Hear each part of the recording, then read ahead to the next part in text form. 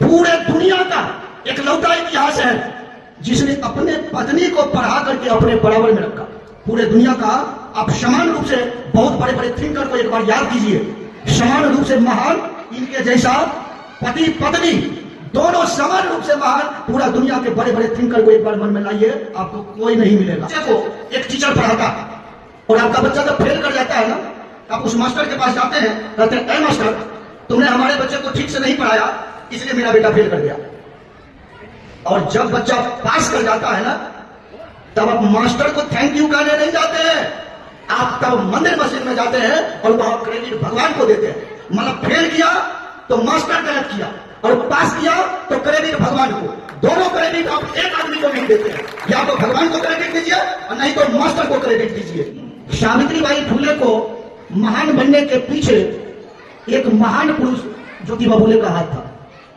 ज्योतिबा फुले ने अपनी पत्नी को पढ़ाया, इसलिए पढ़ाया कि ताकि यह महिलाओं को पढ़ा सके। अपनी पत्नी को स्वयं पढ़ाया। तो सावित्रीबाई फुले का गुरु ज्योतिबा फुले हुए, पति के साथ साथ गुरु भी हुए।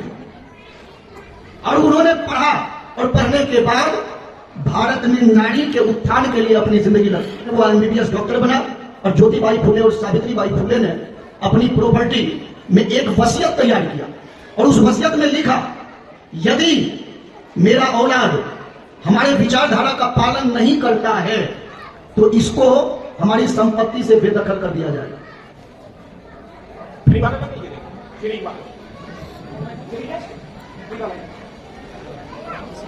सर्वप्रथम तथागत बुद्ध को नमन करते हुए जितने भी मानवतावादी विचारक पैदा हुए हैं, कबीरदास, रविदास, गुरु नानक, ज्योतिबा फुले, सावित्रीबाई फुले, बाबा साहब, ऐसे तमाम मानवतावादी महापुरुषों का मैं नमन करता हूं। ये च बुद्धा अतीता च, ये च बुद्धा अनागता, पच्चुपन्ना च ये बुद्धा अहंग वंदामी सर्वदा। तथागत बुद्ध को जब ज्ञान मिला तो उन्होंने यह कहा कि पास्ट में जो बुद्ध हुए थे और वर्तमान में जो बुद्ध हैं और फ्यूचर में जो बुद्ध होंगे, मैं उस सबों की वंदना करता हूं। इस बात को आप लोग गौर से समझने की कोशिश कीजिएगा। बुद्ध ने कहा पास्ट में जो बुद्ध हुए थे और वर्तमान में जो बुद्ध हैं और फ्यूचर में जो बुद्ध होंगे, मैं उस सबों की वंदना करता हूं। इस परे का मतलब है कि तथागत बुद्ध से भी पहले बुद्ध हुए थे और बाद में भी बुद्ध होंगे, और आप सब बैठे हुए हैं, आप भी बुद्ध हो सकते हैं। बुद्ध से जब बाद में पूछा कि पास्ट और प्रेजेंट वाले बुद्ध का आपने नमन किया, यह बात तो समझ आती है। आप फ्यूचर में जो बुद्ध होंगे उसका नमन क्यों कर रहे हैं? क्योंकि वो तो आपके सामने है नहीं। उस पर उन्होंने कहा, यदि फ्यूचर में बुद्ध नहीं होंगे तो जो ये ज्ञान है वो आगे कौन बढ़ाएगा? इसलिए मैं उनको आज ही नमन करता हूं। ज्योतिबा फुले और सावित्रीबाई फुले के विचारों को यदि हम लोग नहीं आगे बढ़ाएंगे तो उनका भी विचार वहीं पर समाप्त हो जाएगा। इसलिए आज का दिन आप लोग खास हैं। आप लोग खास इसलिए हैं कि 3 जनवरी सावित्रीबाई फुले की जयंती है, वो लगातार आज तक मनाया जाता रहता तो सावित्रीबाई फुले खास होती। आज तक मनाया नहीं जा रहा है, अब कुछ वर्षों से ये मनाया जा रहा है। इसलिए आप लोग यहां खास हैं, और वो खास का माध्यम सावित्रीबाई फुले है। वहां पर लिखा हुआ है प्रथम शिक्षिका। प्रथम का इसका मतलब है इनसे पहले भारत में कोई नारी शिक्षिका नहीं थी। और बहुत साल पहले तो सम्राट अशोक के समय में, बुद्ध के समय में था, लेकिन बहुत समय के बाद यह परंपरा बंद हो गया, इसलिए प्रथम शिक्षिका लिखा हुआ। ऐसा कहा जाता है कोई भी महान पुरुष के महान बनने के पीछे किसी नारी का हाथ होता है, लेकिन सावित्रीबाई फुले को महान बनने के पीछे एक महान पुरुष ज्योतिबा फुले का हाथ था। ज्योतिबा फुले ने अपनी पत्नी को पढ़ाया, इसलिए पढ़ाया कि ताकि यह महिलाओं को पढ़ा सके। अपनी पत्नी को स्वयं पढ़ाया। तो सावित्रीबाई फुले का गुरु ज्योतिबा फुले हुए, पति के साथ साथ गुरु भी हुए, और उन्होंने पढ़ा, और पढ़ने के बाद भारत में नारी के उत्थान के लिए अपनी जिंदगी को दांव पर लगा दी। चर्चाएं हो चुकी थी, उनका कोई अपना औलाद नहीं था। काशीबाई नामक एक विधवा ब्राह्मणी थी। वो विधवा ब्राह्मणी का बच्चा को इन्होंने गोद लिया। उस समय के तथाकथित पाखंडी लोगों ने काशीबाई को मारने का प्लान बनाया। यह बात जो ही सावित्रीबाई फुले को पता चला तो काशीबाई को अपने घर ले आए। अब घर ले करके आए, और वहीं पर काशीबाई ने अपने बच्चे को जन्म दिया, और उसका नाम उन्होंने यशवंत रखा। बाद में वो MBBS डॉक्टर बना। और ज्योतिबाई फुले और सावित्रीबाई फुले ने अपनी प्रॉपर्टी में एक वसीयत तैयार किया, और उस वसीयत में लिखा, यदि मेरा औलाद हमारे विचारधारा का पालन नहीं करता है तो इसको हमारी संपत्ति से बेदखल कर दिया जाएगा। आज के डेट में जरा सा सोचिए कि जो लोग मंच पर भाषण देते हैं, क्या वह इस तरह का पालन करवाने के लिए अपने घरों में तैयार होते हैं? उत्तर मिलता है नहीं। बोलते जरूर हैं, अपने पर लागू नहीं करते। तो सावित्रीबाई फुले और ज्योतिबा फुले ने वसीयत तैयार किया, आने वाले पीढ़ी मैंने अपने बेटी पर, बेटे पर भी लागू करने के लिए। उस समय में जायदे करके जो विधवा होती थी, उसके साथ जो शोषण होता था, और उसके जो बच्चे होते थे, उससे पहले उसको मार दिया जाता था।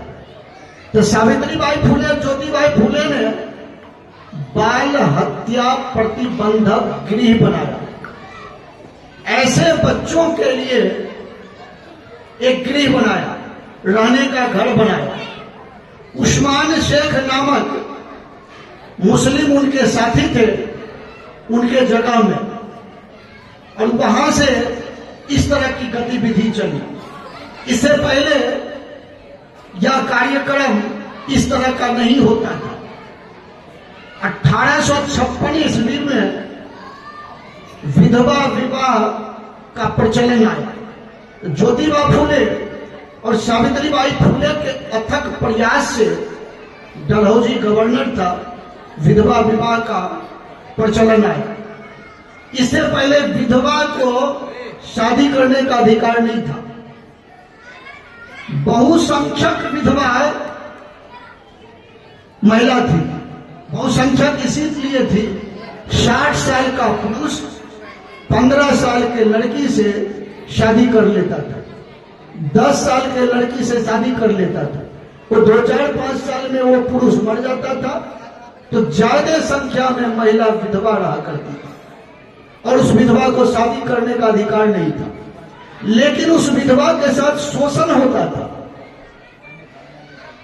इसलिए ज्यादा विधवा की संख्या हो जाती थी। और इन विधवाओं के लिए ज्योतिबा फुले ने एक क्रांतिकारी कदम उठाया और विधवा विवाह का प्रचलन भी स्टार्ट करवाया। उस समय में 1857 की क्रांति आप सभी लोगों को पता है, लेकिन इसमें थोड़ा सा समझने की बात है। 1857 की जो क्रांति हुई थी वो 1857 की क्रांति आम लोगों की क्रांति नहीं थी। डलहौजी ने डॉक्ट्रिन ऑफ लैप्स लाया, गोद निषेध प्रथा। झांसी की रानी की जो व्याख्यान होती है, झांसी की रानी को अपना औलाद नहीं था, इसलिए उसकी संपत्ति को डॉक्ट्रिन ऑफ लैप्स के अंतर्गत संपत्ति को सरकार जो है हड़प लिया। अपनी संपत्ति को बचाने के लिए नाना साहब पेशवा, कुंवर सिंह, भारत में जितने भी जमींदार थे, अपनी प्रॉपर्टी को बचाने के लिए 1857 की क्रांति किया। लेकिन ज्योतिबा फुले और सावित्रीबाई फुले ने सत्य शोधक समाज की जो स्थापना किया, उसके अंतर्गत हजारों साल की गुलामी से मुक्त होने के लिए यह क्रांति थी। इसलिए इनके नाम में देखिए क्रांति ज्योति लिखा हुआ। क्रांति और ज्योति, ज्योति मतलब प्रकाश। किस तरह का प्रकाश में क्रांति किया? ज्ञान की ज्योति, ज्ञान का प्रकाश।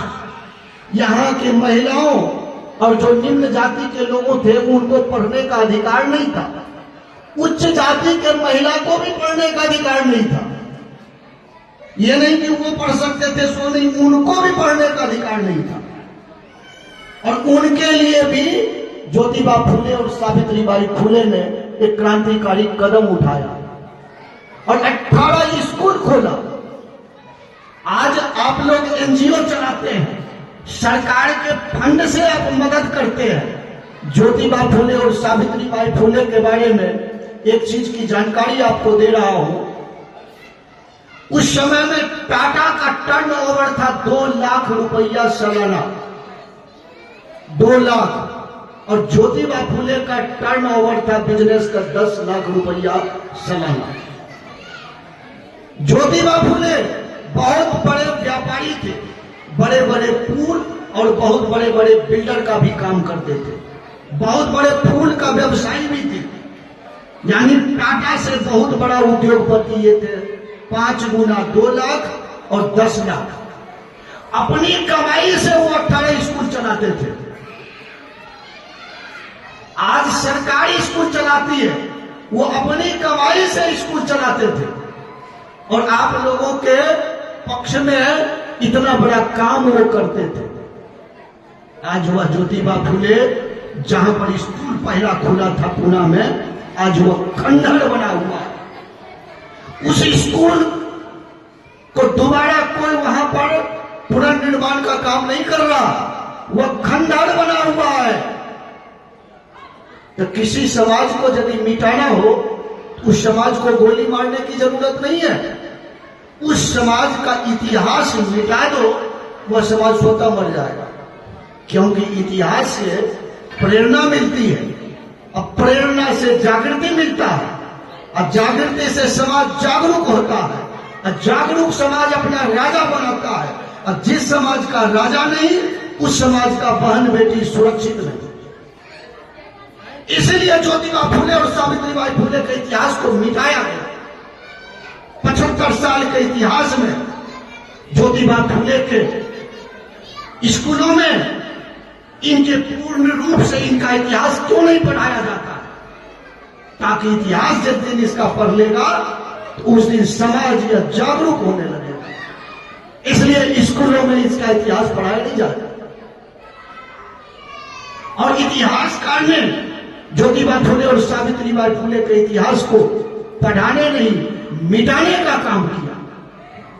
जो सम्मान उनको मिलना चाहिए और जिस सम्मान के वो हकदार थे, वो सम्मान उनको नहीं मिला। आज यदि महिलाएं यहां पर घूंघट उतार करके बैठी हुई है कुर्सियों पर, बचपन से याद कीजिए, हर एक लड़की जब जन्म लेती है तो माता पिता के छत्र छाया में, जब शादी होती है तो पति के छत्र छाया में, जब बूढ़ी हो जाती है तो बेटा के छत्र छाया में पूरी जिंदगी गुजारती है, वह कभी स्वतंत्र नहीं होती है। और यह स्वतंत्रता का अधिकार भारत के महिलाओं को यदि किसी ने दिया तो सावित्रीबाई फुले और ज्योतिबा फुले ने दिया। ज्योतिबा फुले ने अपनी पत्नी को गुलाम नहीं, सहयोगी बनाया, साथी बनाया, इसलिए पढ़ाया, अपने बराबर में रखा। और आप जब शादी हो जाती है तो शादी के बाद जो ही आप पति के घर में आते हैं तो आप क्या कहते हैं अपने पति को? मैं तो तुम्हारी दासी हूं। दासी मतलब गुलाम हूं। जबकि आप अपने पति के गुलाम नहीं हैं, आप अपनी पति के साथी हैं, मित्र हैं, लेकिन आपके दिमाग में यह बिठाया जाता है मैं तो आपकी दासी हूं। तो दासी का तो काम है मार खाना, दासी है, गुलाम है, तो जिंदगी भर मार खाते रहिए। ज्योतिबा फुले दासी नहीं कहा अपने पत्नी को। पूरे दुनिया का एकलौता इतिहास है जिसने अपने पत्नी को पढ़ा करके अपने बराबर में रखा। पूरे दुनिया का आप समान रूप से बहुत बड़े बड़े थिंकर को एक बार याद कीजिए, समान रूप से महान इनके जैसा पति पत्नी दोनों समान रूप से महान पूरा दुनिया के बड़े बड़े थिंकर को एक बार मन में लाइए, आपको कोई नहीं मिलेगा समान रूप से। कार्ल मार्क्स का नाम है तो उसके पत्नी का नाम नहीं कोई जानता, लेकिन इनका पति और पत्नी दोनों को समान रूप से यह समाज ऋणी है। और भारत के परिप्रेक्ष्य में मैं यह कहना चाहता हूं, भारत में बचपन से एक गद्दारी सिखाई जाती है। जो आप पर एहसान किया उसका नाम नहीं लेना। जैसे एक उदाहरण मैं देता हूं, जैसे आपके बच्चे को एक टीचर पढ़ाता है और आपका बच्चा जब फेल कर जाता है ना, आप उस मास्टर के पास जाते हैं, कहते हैं ए मास्टर, तुमने हमारे बच्चे को ठीक से नहीं पढ़ाया इसलिए मेरा बेटा फेल कर गया। और जब बच्चा पास कर जाता है ना, तब आप मास्टर को थैंक यू कहने नहीं जाते हैं, आप तब मंदिर मस्जिद में जाते हैं और वहां क्रेडिट भगवान को देते हैं। मतलब फेल किया तो मास्टर गलत किया और पास किया तो क्रेडिट भगवान को। दोनों क्रेडिट आप एक आदमी को नहीं देते हैं, या तो भगवान को क्रेडिट दीजिए और नहीं तो मास्टर को क्रेडिट दीजिए। या आपके गद्दारी में सिखाई जाती है। मेरे एक जानकार डॉक्टर है, वह कहता है जब मैं ऑपरेशन सक्सेस कर देता हूं, आज तक कोई भी आदमी मुझे फोन से थैंक यू नहीं करता। यदि कहीं मिस्टेक से वह पेशेंट मर जाता है ना, उसका पूरा परिवार लाठी लेकर के मेरा सर फोड़ने आता। ऑपरेशन सक्सेस हुआ तो क्रेडिट भगवान को, और यदि ऑपरेशन फेल हुआ तो सारी बदनामी मेरी। माँ बाप भी यही बच्चों को सिखाता है। माँ बाप क्या कहता है, बेटा मैं कुछ नहीं करता हूं, सब कुछ भगवान करते हैं। जब माँ बाप बूढ़े हो जाते हैं ना, तब वही बच्चा कहता है माँ बाप को, माँ बाप चलो वृद्धाश्रम, बहुत दिन हो गया, आपका तो कोई रोल ही नहीं है, सब कुछ तो भगवान ने किया है ना, तो आप वृद्धाश्रम जाइए। ये किसने सिखाया?